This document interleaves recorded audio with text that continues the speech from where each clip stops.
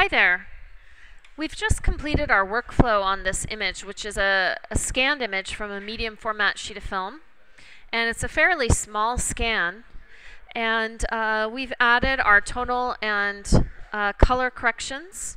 We've done some HSL corrections, hue, saturation, and lightness here. We've done a little bit of burning and dodging.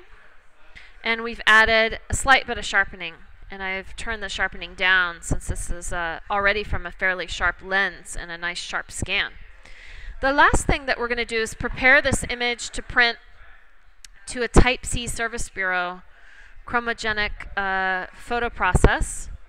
And I'm going to go ahead and first convert to the profile. Here I'm going to take this to Costco. If you have a better service bureau or a professional level service bureau that prints Type C in your area, I would recommend that. And there's several that are great by mail as well.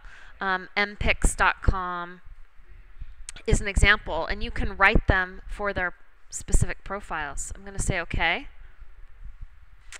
And then I'm going to go ahead and adjust the canvas size to match the size of the print that I'm going to pay for. In this example, it's going to be a 5 by 7.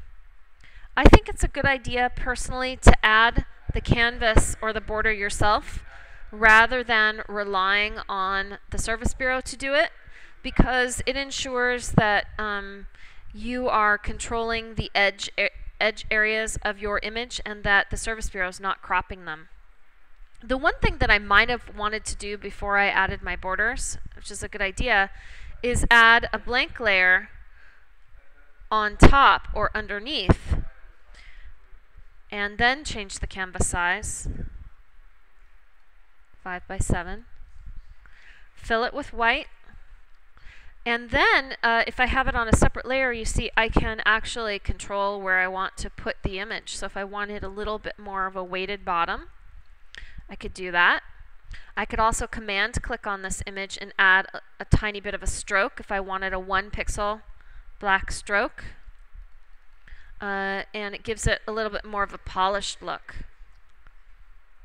Then I would save as, and if you were uploading via the web program for the Service Bureau rather than walking it in, a JPEG is a smaller file size. And always put your name on your files if you're delivering them.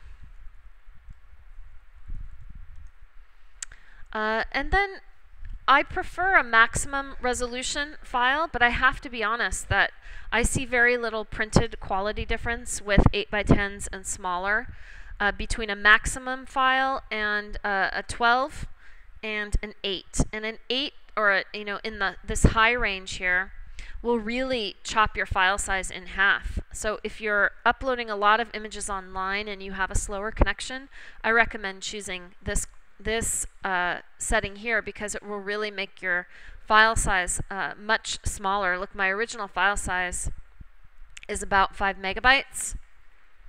And if we take a look at the final one, the final image that I saved onto my desktop,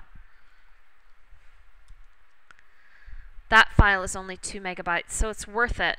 But do your own tests and see what if you can see a difference in quality.